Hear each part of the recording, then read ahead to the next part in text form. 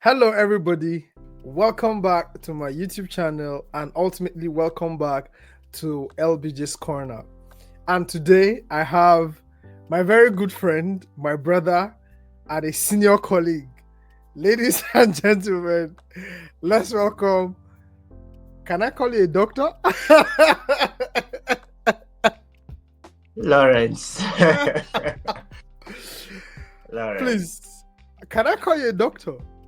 Not really. It's okay. Lawrence is okay. Ladies and gentlemen, welcome Dr. Dogo Lawrence Aleku. You're welcome, sir. Thank you very much for having me on your platform. This is a long time coming, and I'm happy to finally be here. We're supposed to do this podcast since September, but you insisted till when you become a doctor, and finally you are now a doctor, and we are so privileged to have you, sir. Yeah, thank you very much for patiently waiting that I achieved what I wanted to achieve before being here. And yes, I actually was looking forward to be on your podcast, to be honest. And I think there wouldn't be a better time than now. So yeah, thank you for having me. I literally Fantastic. had to beg you to host me. Yeah,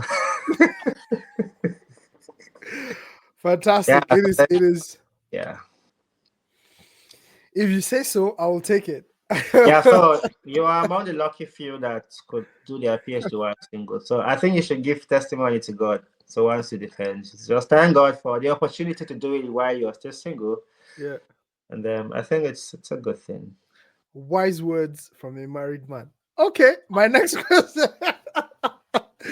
my next question would have I would have wanted to ask, but I think you've answered it. What was your motivation when everything was looking really really crazy? But I think you have answered that already. Your wife is one of your major motivation. Yeah. So how has pursuing a PhD shaped your identity or worldview? So the problem with this whole PhD right now is that it just makes you ask too many questions. I think my wife felt it at the time. And then I always ask her why. So you always have this question in your head. I always have this, will I say, program in my head installed to always ask why. So if you're putting on the jacket you're putting on, and I'm wondering, okay, so why the jacket? So it's makes me more curious about whatever that is happening around me or Mm, whatever somebody says. So if you say something, I just want to. I have criticized you in my head, but I won't tell you. And but I'll always find out why you think what you said is supposed to be what you should say. mm, So it makes me wonder what why should this happen in life, and why shouldn't it be this way? Why are people thinking this way? Why is this like this? Why shouldn't it be like this, and all that? So you keep asking questions and you keep wondering, and then the more you keep asking this question, the more you probably can't find any answers, because then everybody seems to be right in whatever they're doing. mm. You just want to find out. So it just makes me wonder more, and then try to ask more questions, and try to look for more information on how things work in life. And then I think it also took me to the Bible, unfortunately, to ask some crazy questions. And thank God I didn't ask them loud to other people, but in my head, I had a lot. One of my friends called me some time ago, and then she was trying to speak Bible. Then I was in the crazy stage of my asking too many questions. I told her, don't go there, because I will ask you some questions now that even me, I will sin against God. So let's not go there. Yeah. So this whole PhD made me more inquisitive than ever before. The question was of always Mm. why this? I try not to allow it get the best of me when talking with my friends. But to be honest, We have argued a lot of times about Bible. yeah. Not just just Bible. Okay, with you because so when I'm talking to you, it will be like Bible. But my other friend that they are not Bible based. I'll it's so I try not to like ask questions, but I think my wife at the time, my wife would always say she was not the one that sent me to the PhD. Then I would. Oh, so if you write something, I'll try to look at what you write, even if why is the person writing like this? So it makes me ask too many, maybe unnecessary questions, maybe necessary. But it just makes me more inquisitive, and then I want to know a lot. And then it helps me know more because then when I ask, and if I can't find the answers, I just try to check. Recently, there was a controversy about this Mary Did You Know song, this Christmas song. And then a lot of people were criticizing the lyrics. And I was wondering, can't you just listen to a song and just pass? Is Yeah. this supposed to be like a theological essay or what? The song? Yeah. Can't you listen? But then I had to ask, why were you even asking this question? So I went online, checked the song first. So let me see what the writer's idea was. Probably he Yeah. came across the post. Then I saw the writer's perspective. It was like he was just sitting there. He thought, hmm, if he had a chance, he would just have a cup of coffee with Mary and start asking her this question in his head. Although they might be stupid, but yeah, I just want to have a coffee and ask Mary how did she feel raising God. Mm. He doesn't care about what the angel told her, however, but this is me now to Mary, like so. Mm. So I tried to check, and then the controversy didn't even start today. It started way back. I think the song was released in the 80s, the first version, and then it was remixed in 90s, and then a lot of remix came. And then the criticism dated way back, way back. I said, okay, so this question didn't even start today. It's just people re-echoing it right now. Okay, so Mm. yeah, they can, it's okay, they can ask. So it made me want to ask and then want to find out more. And then I get to maybe know more, but whatever Yeah. it's not just academics, but every part of life. Yeah, I agree with you totally that what PhD would do is to open your mind to ask a lot of questions, necessary or unnecessary. Sometimes you have to ask yourself, wait, am I going mad or is it that that's how my world is? Now, as we are bringing this to a close, how did you feel when you first published your first article? How was the feeling like? Because that is a big milestone, doing a PhD, having Unfor- to see. Yeah, Unfortunately, you weren't excited. unfortunately, I was not excited. I was Okay. just. So yeah, my so yeah, bring cake, let's celebrate, and then yeah, we had a little mini celebration. But in my head, I want to finish my PhD, man. What's all this excitement about first paper? I just want to finish my PhD. The problem was that my first paper took uh you wouldn't believe this, but my first paper took me 3 years to publish. All my papers came out in the last year of my PhD. Wow.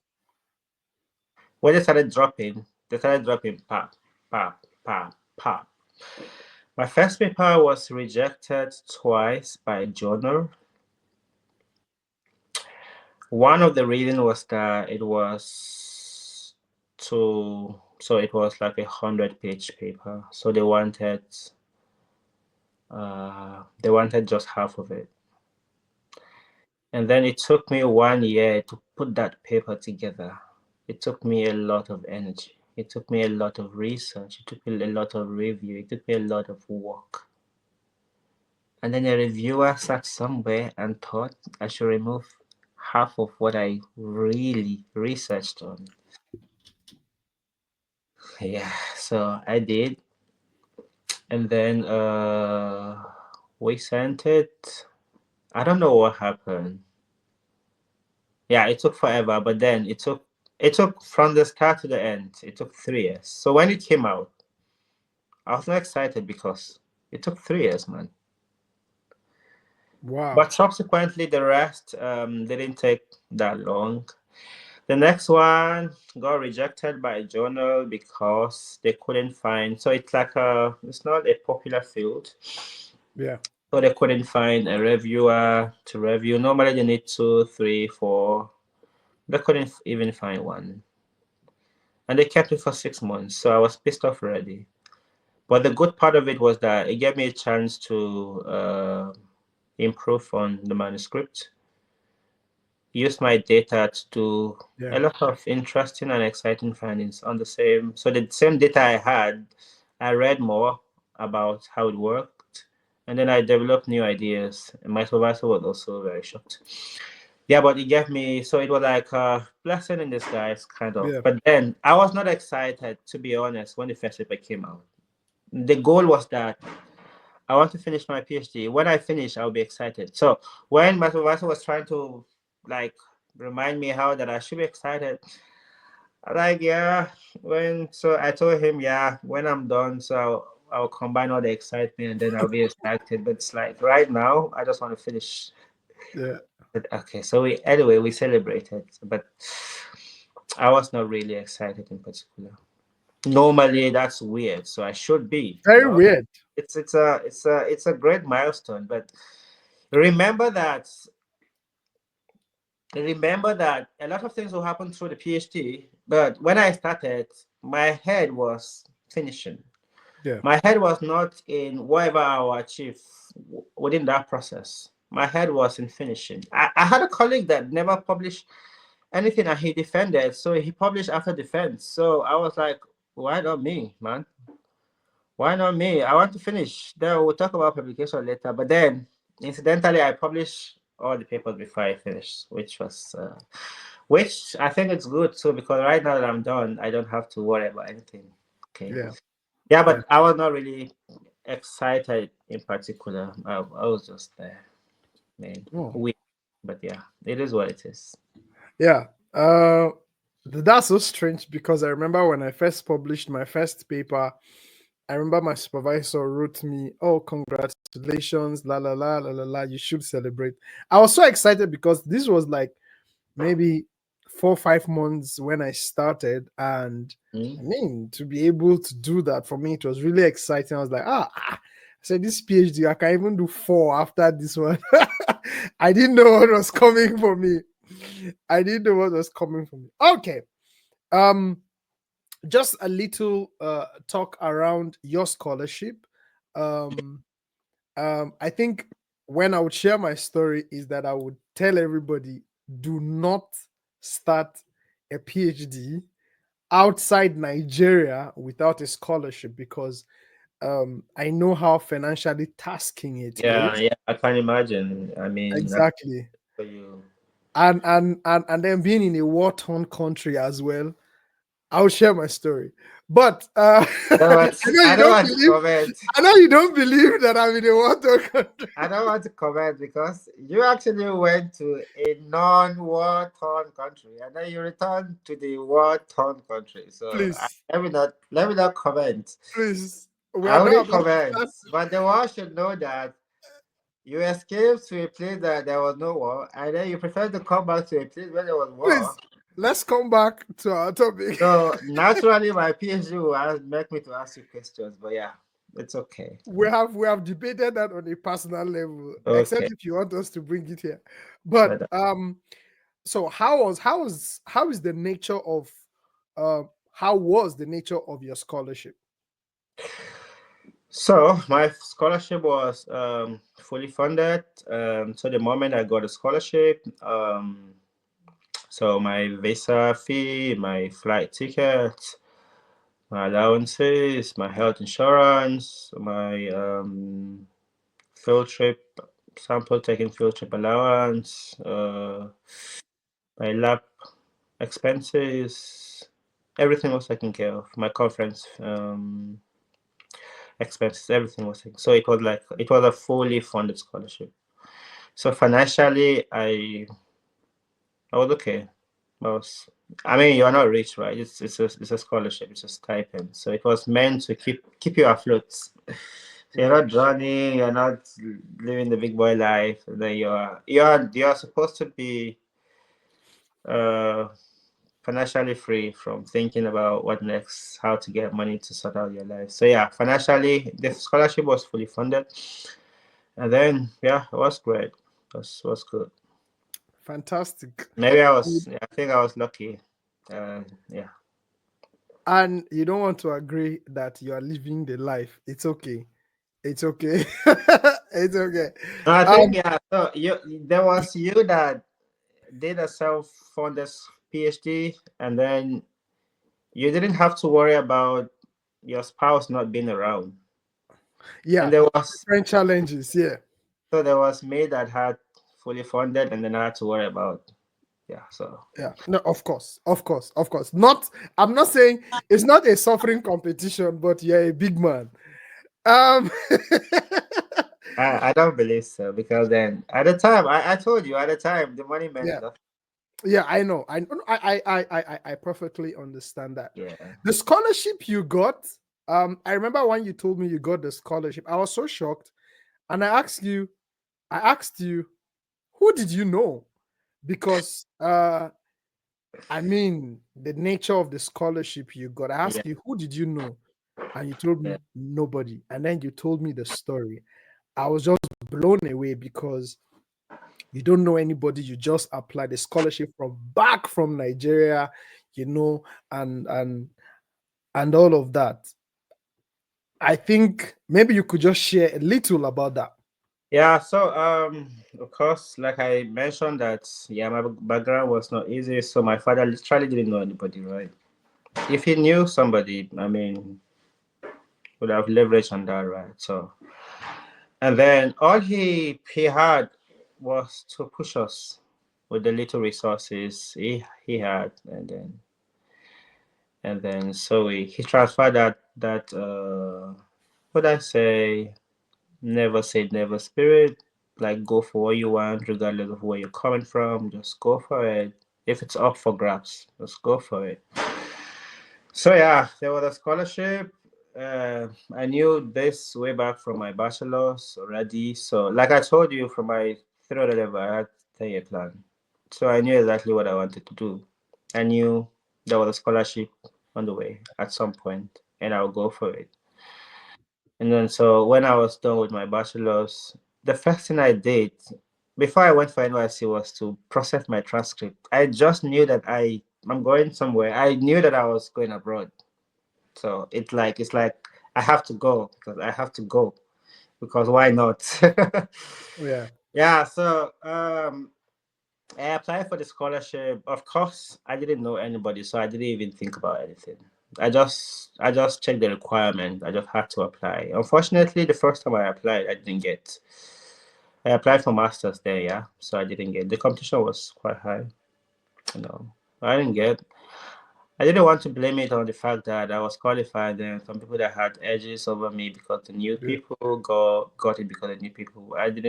I don't put that in my head because then before I got the scholarship, so I got this whole biking job, right? And then I didn't know anybody, so I just saw it online. I just believed that whatever you want to do, Mm.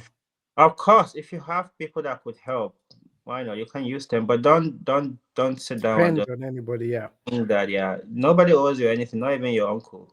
Yeah. Your father, sometimes, no, I don't think he owes.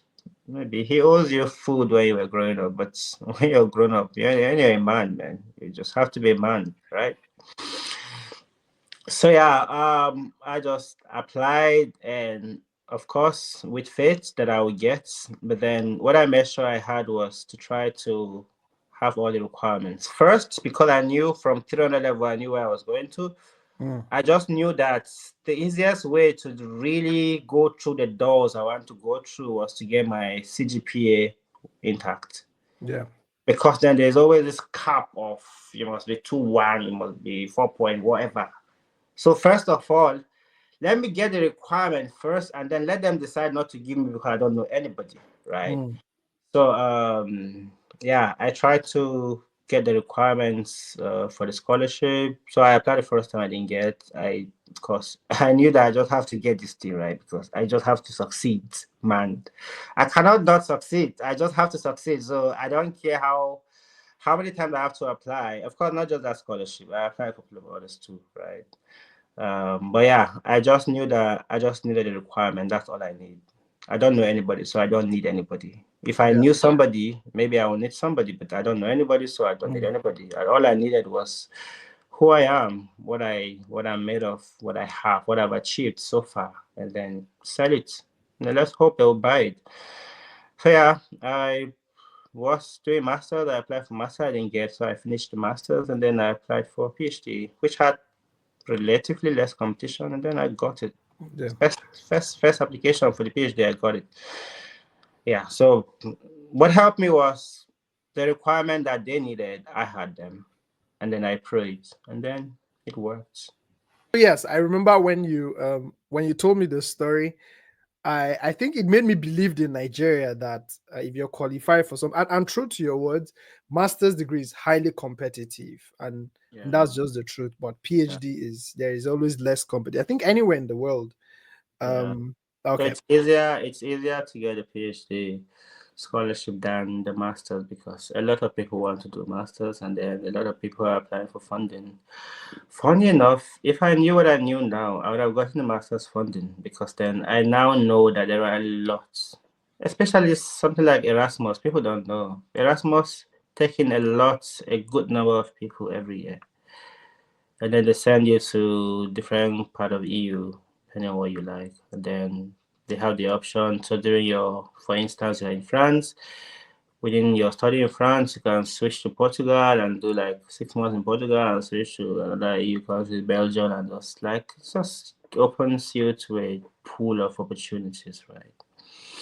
But yeah, there are a lot of scholarships out there. If I knew what I knew now, I mean, I wouldn't have spent a dime for my the only thing was that I had a timeline of I still wouldn't have waited. I would have used my money to do. Funny enough, I didn't tell you that I got a PhD admission in Unijos. So I had this timeline. I was in the bank, of course, so I could fund it. I had this timeline that scholarship or not, I have to finish. But I just knew that I'll go out of this country to study. But then, what if it delays? My timeline is there. I just have to finish what I have to finish. Because then there's a whole lot of long future for me to achieve a lot of things. Let me just finish this whole things now and then. yeah. Uh, yeah. Then there are a lot of fundings out there. Yeah. All right. So yes, my second to the last question to you would be, what would be um the advice you would give someone that is just starting PhD or is about to start the PhD journey? So the first thing the person should know that it's going to be a long ride. So just prepare your thick skin for it. It doesn't matter whatever field you are. I think it's PhD is never easy. Maybe the PhD medical profession probably is a little bit. It's not as tedious. It's still hard, but I personally feel it's not as tedious as other PhD because it's not me now. It's like I read the studies and then they plotted the graph on medical guys in PhD and then it's like a more of a straight line, smooth ride kind of. But it doesn't matter. So whatever profession you are, whatever field you are, PhD is always going to be tough anywhere. So just prepare your mind that it's going to be a long 3 years or 4 years, whatever years you have to do. Yeah, just be ready. It's not going to be a smooth ride. You should be ready for it, and then start writing early. If you can publish, try to start writing to publish early. So there are two options for PhD dissertation, either the cumulative one or the one document. So cumulative paper-based PhD or the one document PhD. If it is a paper-based, so you have to start writing your papers early. As soon as you have your data, start writing them. The delays can also come not just from the journal, but from your co-author. So maybe your Yeah. supervisor, of course, is on it. And then one or two authors are also on it. So delays could also come from them. Just try to always clear things from your table. And then for the ones that it's not within your control, it's not within your control. So it's going to be a long 3 or 4 years. Prepare for it. It's not going to be an easy ride. Just know that nothing PhD is easy. So whatever that comes to you, yeah, it's okay to take 1 or 2 days off, clear your head, and then come back. Know that rejection for publication is always normal. So if one journal is not happy with your work, there is another journal that is going to be happy with your work. So you can always switch between journals and submit your work, and then hope that there's no delay. But even if there's delay in publishing your work, yeah, just know that worry about things that is within your control throughout it. Then things that are not within your control. If you're a Christian, of course, take it to the Lord in prayers. And whatever you believe in, yeah, just hold on to your belief and just do what you have to do. And then what you cannot do, worry less about it. If you're not married, okay. So I won't say anything because this could be a misleading advice. So let me stick back to normal advice. Better for you. You Uh, just quoted you just quoted one of the fantastic managers in the English Premier League. Control what you can control and what you can't control. and who is the fantastic manager? My final I say my, won anything. Okay, let's not go there. my, my, my final question to you is if you could sum up your PhD journey experience in one word or phrase, what would that be and why? Challenging yet fulfilling. Challenging because so firstly, when I started in my first year, so I came with this whole proposal. My supervisor was happy with it.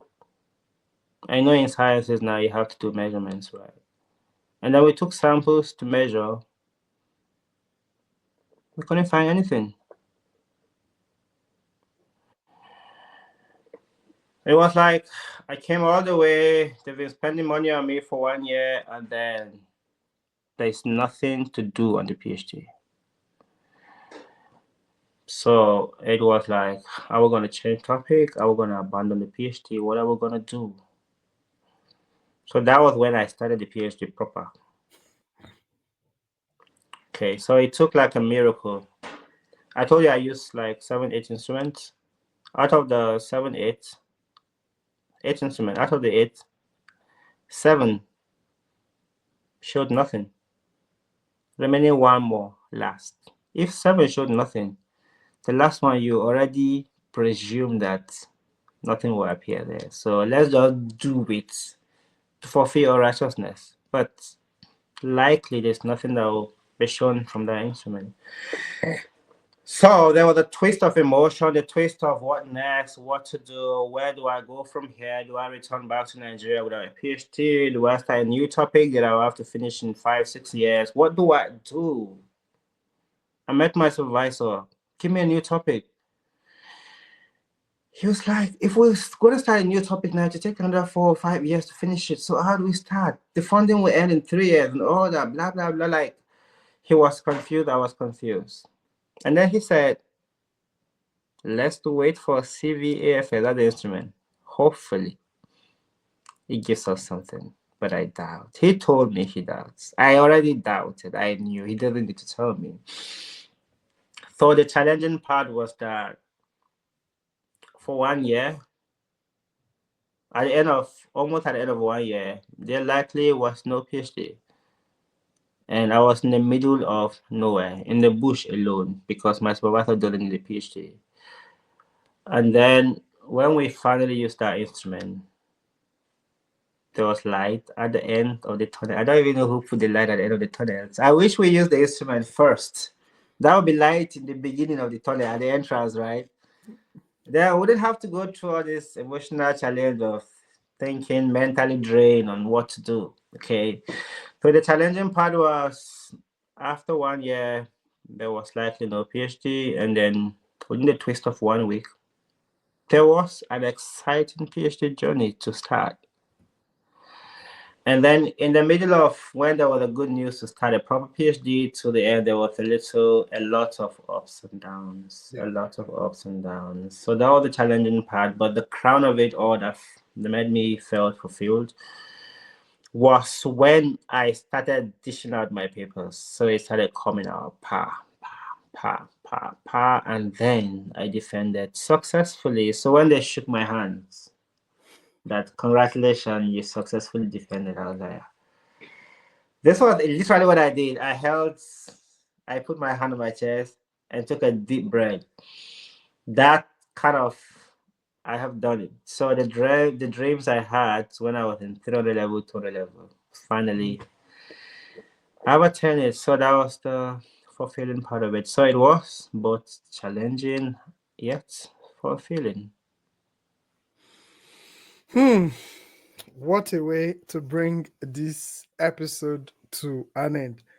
Thank you so much for sharing your story. I think, just as I said from the beginning, is a story of resilience. All of the ups and the downs and the highs and the lows and whatever it is. Imagine a journey of 4 years and you're just sharing it in minutes. That Yeah. is to tell you how that A lot of summary. focus, yeah, Yeah. focus on achieving at the end of the day. So one of my motivation is one day I will share the story. So One day, very soon. Very soon. I mean, not. I wouldn't say one day. I would say in the next couple of weeks. We'll and be when back that with the story. happens, Yes. everybody should just go out of the internet, because I'll use like 1 week and cry first. All right, Dr. Lawrence, thank you so much for sharing your story. And by the way, shout out to Mrs. Faith Lawrence for I can only imagine, what she went through. Yeah. You are not even with her, all through these years and all of that. I can only imagine, but shout out to her. She deserves it.